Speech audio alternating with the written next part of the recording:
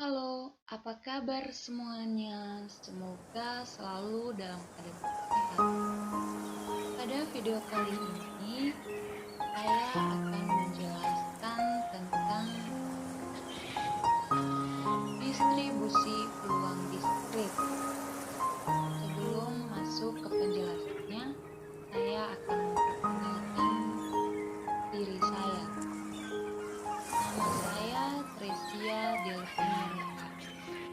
NIM 2311987. Baik, kita langsung saja masuk ke materinya. Distribusi peluang diskrit. Apa itu distribusi peluang diskrit? Distribusi diskrit merupakan distribusi peluang di mana semesta peubah acak dapat dihitung atau berhingga. Misalnya peubah acak sebuah lemparan dadu bernilai 1 hingga 6. Apabila himpunan pasang terurut X, Fx merupakan sesuatu fungsi peluang atau distribusi peluang peubah acak diskrit X. Maka untuk setiap kemungkinan hasil X berlaku Fx lebih besar sama dengan 0, sigma Fx sama dengan 1, B X besar sama dengan X kecil sama dengan Fx. Lalu apa saja jenis-jenis dari distribusi diskrit ini? Ada 4. Pertama, distribusi seragam, distribusi binomial, distribusi hipergeometrik, dan distribusi Gaussian. Baik, kita langsung saja lihat ke distribusi yang pertama, yaitu distribusi seragam. Distribusi seragam merupakan distribusi yang memiliki nilai peluang yang sama dengan peubah acak. Jika X adalah suatu peubah acak dengan nilai X, X2,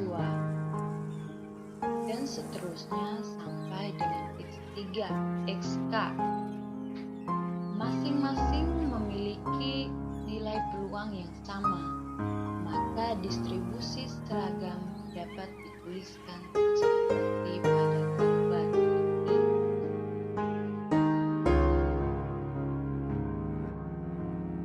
Baik, yang berikut kita langsung saja ke contoh soal. Teman-teman bisa lihat sendiri. Soalnya dari data masa lalu, peluang nilai saham A naik dalam tahun tertentu adalah 35%. Jika Pak Julianus memberi saham untuk investasi selama 10 tahun, berapa peluang nilai sahamnya tidak mengalami kenaikan sama sekali di tiap tahunnya? Untuk jawabannya, teman-teman bisa lihat sendiri di video ini, ada gambar ini.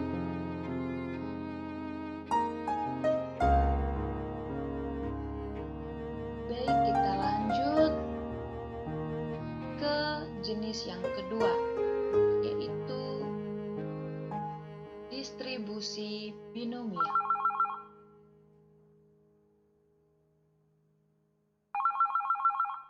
Distribusi binomial merupakan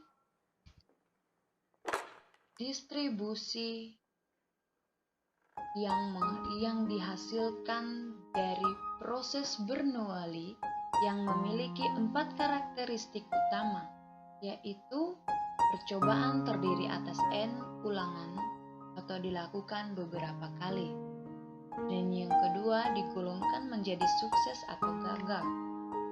Lalu nilai peluang untuk setiap ulangan tidak berubah. Dan yang keempat, pengulangan bersifat bebas. Untuk rumusnya teman-teman bisa lihat sendiri.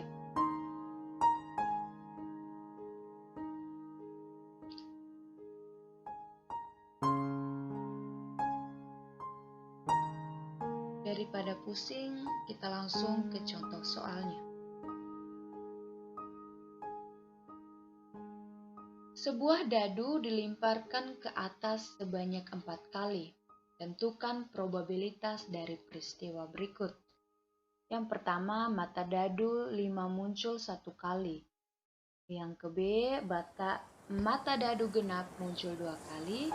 Dan yang bagian C, mata dadu 2 atau 6 muncul sebanyak 4 kali. Penyelesaiannya, yang pertama, dadu memiliki sisi, yaitu 1, 2, 3, 4, 5, dan 6. Sehingga setiap sisi memiliki probabilitas 1/6. Jadi, probabilitas untuk mata 1 adalah 1/6, sehingga bisa diketahui bahwa P sama dengan 1/6, I sama dengan 5/6, N sama dengan 4, X 1. Karena muncul 1 kali. Untuk cara kerjanya teman-teman bisa lihat, di sini ada rumusnya. Dan hasilnya adalah 0,86. Baik, yang kedua untuk jawaban B, mata dadu genap ada 3, yaitu 2, 4, dan 6. Sehingga teman-teman lihat di sini untuk nilai P-nya 3/6 atau sama dengan 1/2. Untuk nilai Q-nya 1/2 dan N sama dengan 4, X 2 yang muncul 2 kali. Untuk cara kerjanya teman-teman bisa lihat sendiri, hingga mendapatkan hasil 0,375. Yang berikut untuk bagian C, muncul mata dadu 2 atau 6 sebanyak 4 kali, sehingga diketahui untuk nilai P-nya 2/6, nilai Q-nya Q sama dengan 2/3, N sama dengan 4, X sama dengan 4 atau muncul 4 kali. P X sama dengan 4 sama dengan, teman-teman bisa lihat sendiri cara kerjanya, sehingga dapat hasil 0,0123.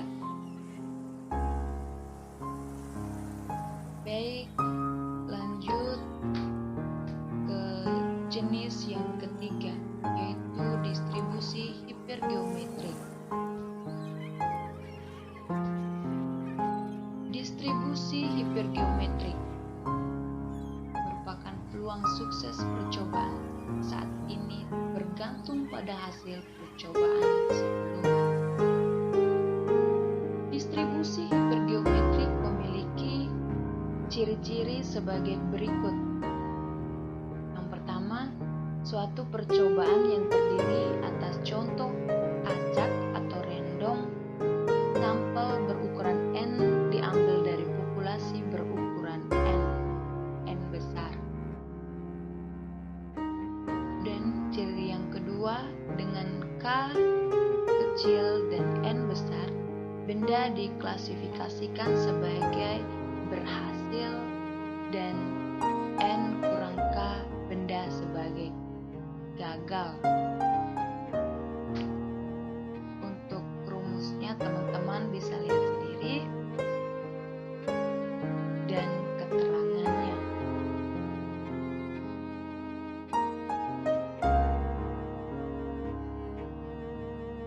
Kemudian kita lanjut ke jenis yang berikut, jenis yang terakhir, yaitu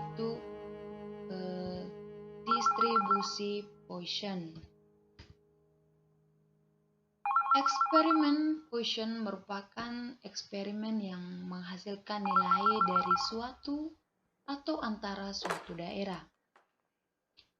Ciri-ciri distribusi Poisson. Pertama, banyaknya hasil percobaan yang terjadi dalam suatu selang waktu tertentu atau wilayah.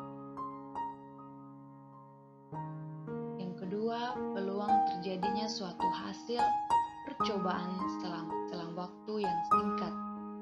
Dan yang ketiga, peluang bahwa lebih dari satu hasil percobaan akan terjadi dalam selang waktu yang singkat atau wilayah yang kecil dapat diabaikan. Untuk rumusnya ini dan keterangannya, teman-teman bisa lihat sendiri.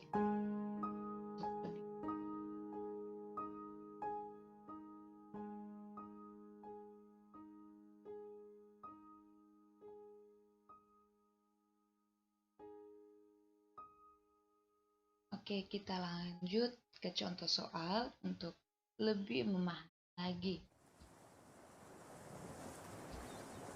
Sebuah konveksi pakaian menggunakan 20 mesin jahit.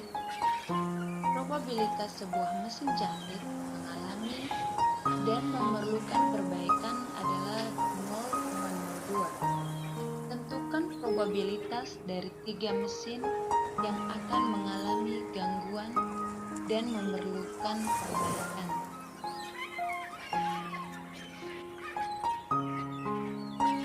Jawaban diketahui N sama dengan 20, P sama dengan 0,02, dan untuk nilai X sama dengan 3, dan nilai nu sama dengan NP atau sama dengan 20 dikali 0,024. Nah, untuk penyelesaiannya, yang pertama masukkan rumus, kemudian masukkan nilai-nilainya. Teman-teman bisa lihat sendiri penyelesaiannya. Kemudian untuk jawabannya 0,072 atau dipresentasikan menjadi 0,72%. Baik, itu adalah 4 bagian atau 4 jenis